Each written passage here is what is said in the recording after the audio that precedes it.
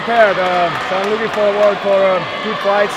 We have a really tough opponent, but they are really strong mentally at the moment, so we'll see how it goes. Who would be your opponent and what will be your targets or your weapons against them? Russia is our opponent in the team sparring. We got to go strong, and we must be willing to get points and get winning. It will be a tough one. They are really good fighters, so we'll see. You're a real living legend. How does it feel to be here after nearly 10 years, your own career? It's really exciting. I'm really happy to be here. I have met a lot of old friends who competed me. They are still competing here. That's amazing. Can't believe it.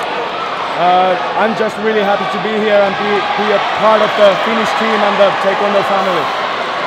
As a four-time world champion, how do you think the level of the boxing is here? The level is really high. It has gone up all the time. Every year the competitors are better, more prepared. The coaches are developing their knowledge all the time. So yeah, I'm kind of lucky that I don't compete anymore.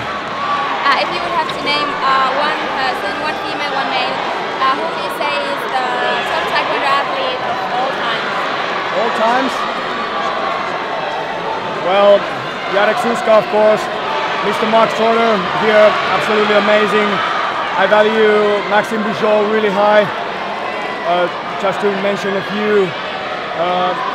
Of course, on the female side, Joanna Paprocka, for example, inspiring.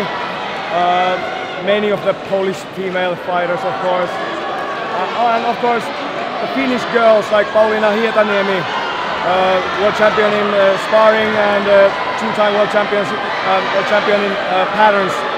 Is a really amazing competitor. Wonderful. Thank you, sir. Thank you very much.